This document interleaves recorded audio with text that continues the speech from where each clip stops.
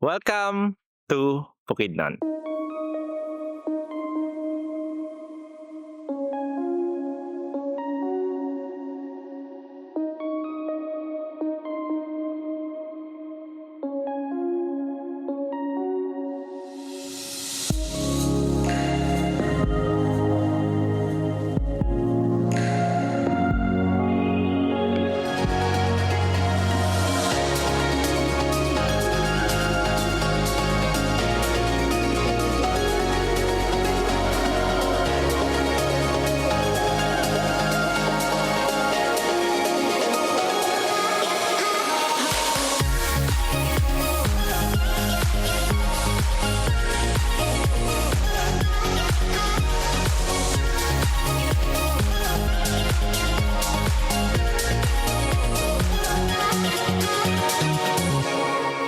I'm back here in Bukidnon.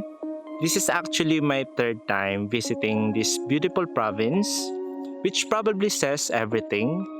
There's just something about this place that keeps drawing me in. Maybe it's the way how the landscapes feel so expansive and untouched, or how the cool mountain air somehow feels both comforting and refreshing at the same time. It has this quiet charm that's hard to explain but easy to fall in love with. I'm so excited to take you along and show you what Bukidnon is all about.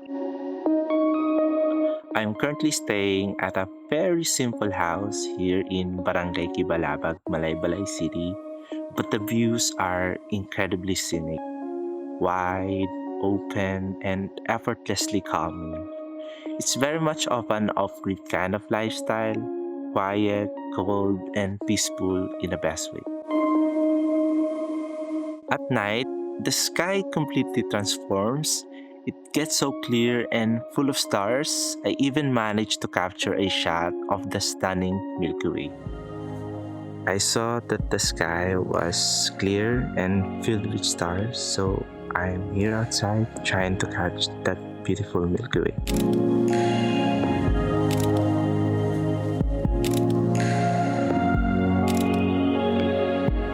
Another thing I love about this place is how many hidden spots are just nearby.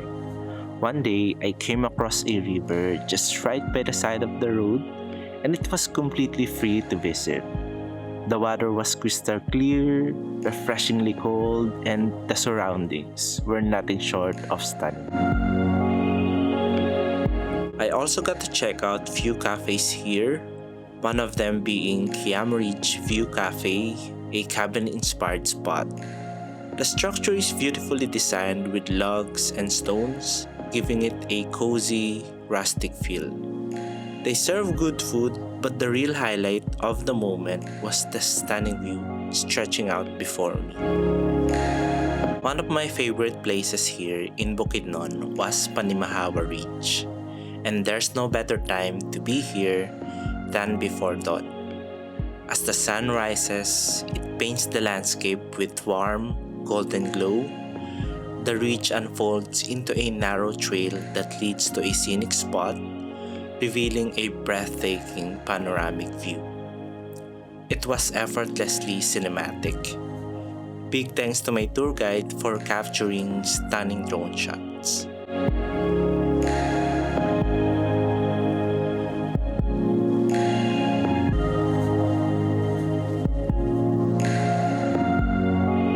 If you were to ask me, I'd say the best time to visit Bukidnon is from March to April when the Kaamulan comes to life.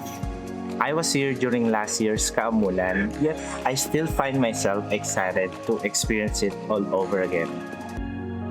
It's one of the biggest and most vibrant festivals in the province, a month-long celebration of indigenous culture filled with rituals, ceremonies, and captivating performances.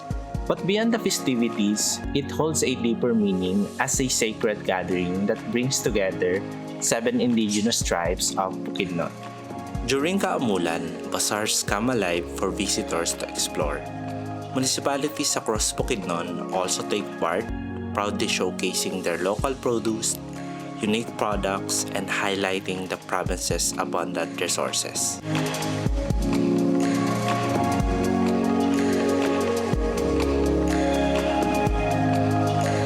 Walking around the shops, I stumbled upon an ethnic sports event, a yearly tradition where different tribes compete in the various games while wearing their traditional attire. There were plenty of events to watch, and I happened to catch athletics or pulagay, the piggyback race known as kargata, and the stilt race called kadang-kadang.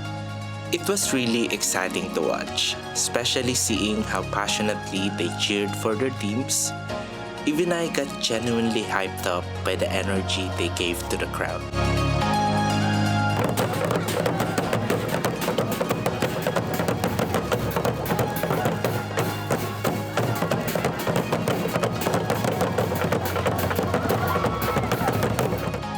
A new event this year features a soil painting competition called Vlagway Sayuta.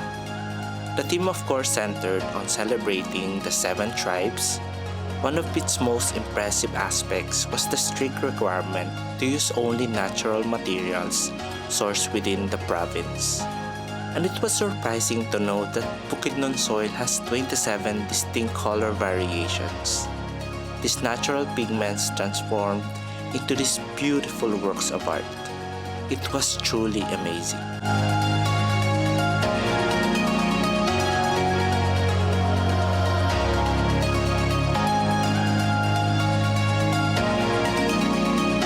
Out of all the events I went in Kaamulan, Piniliyapan easily stands out as my favorite. And I would say it's definitely something you shouldn't be skipping, especially if it is your first time in the province of Bukidnon. Piniliyapan, which means a glimpse, feels exactly like that, a window into the province's rich traditions and heritage. It doesn't just showcase culture, it gives Bukidnon its distinct character and personality. And talking about the experience, it's vibrant, immersive, and deeply meaningful. It started with elders dancing, setting the tone before it unfolded into an exciting night. There were solo, duo, and group performances that vividly depicted the life, rituals, and values of the 7 tribes. Traditional courtship was beautifully portrayed. A glimpse of what everyday life looked like was there. Even indigenous textiles were showcased. They have these distinct movements which I think is very unique. And then there was the choral performance that really gave me goosebumps.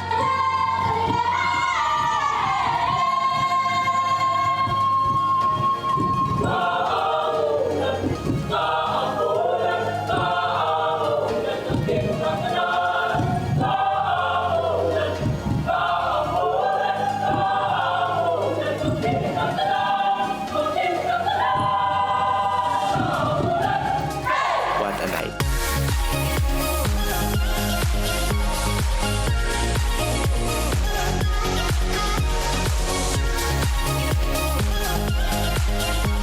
The following day featured the Kaamulan street dancing and float competition, one of the most vibrant highlights of the festival. Dancers took to the streets in elaborate costumes inspired by tribal attire. Performances were driven by unique sounds and rhythmic drum beats.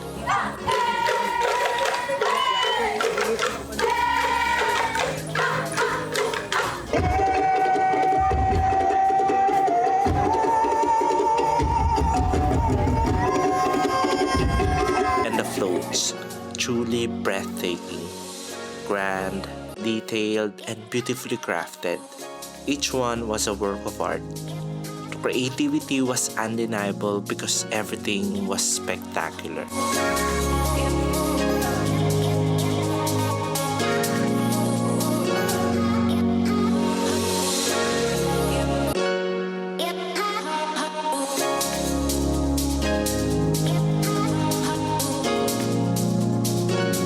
I'm here at Dahilayan Adventure Park. It's an amusement park located in the highlands of Port Beach.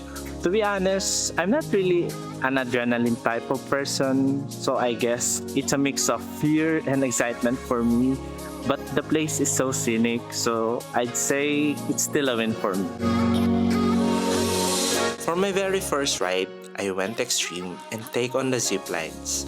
There were three types included in the package, a 150-meter seated ride, and a 320-meter and 840-meter lives, both done in a vertical position. I might overreacting, but this is really heart-pounding.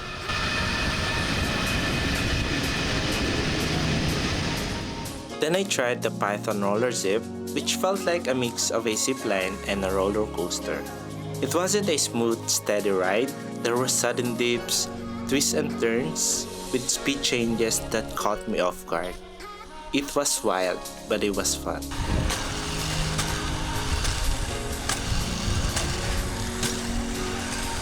My favorite ride was the Razorback Mountain Coaster. It's basically a roller coaster, but this time I was in control of the cart, so it felt more relaxed than adrenaline filled. As I glided down the track, I was surrounded by the lush greenery of Bukidnon. This is the best.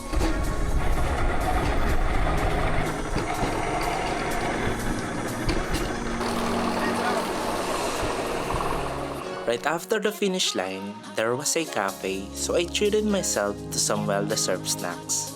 It turned out to be the perfect place to relax after all my outdoor activities.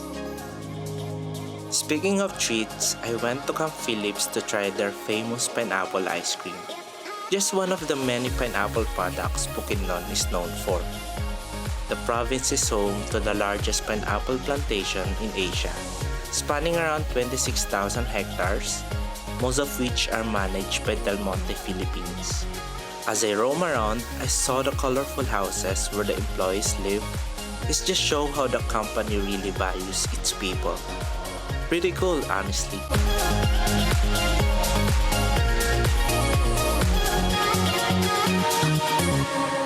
Well, this is the end of my Bukidnon trip this year. Exploring Bukidnon once again has been an incredible experience. I think what I love the most about Bukidnon isn't just the landscapes, though they're kind of impossible to forget. It's the people and how they take such pride in a culture that's deeply rooted in everything here. There's a quiet kind of beauty in this place. It doesn't demand your attention, but somehow it stays with you. And even though I've been here a couple of times, it still feels like there's so much more to understand and so many reasons to come back. That's it for now, guys. I hope you're doing well, and I hope to see you on our next adventure. Thank you so much for your Bye.